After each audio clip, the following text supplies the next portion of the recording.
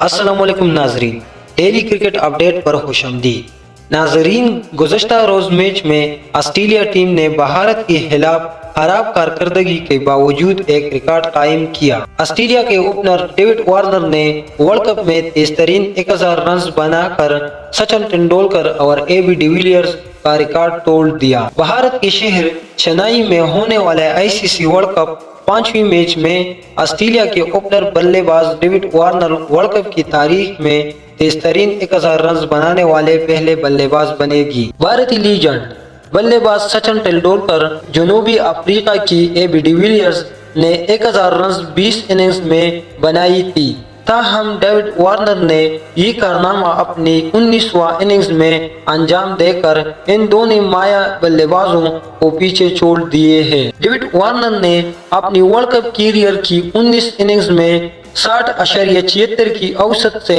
3 نصف سینچریوں اور 4 سینچریوں کے ساتھ مجموعی طور پر 1033 رنز بنائی ہیں۔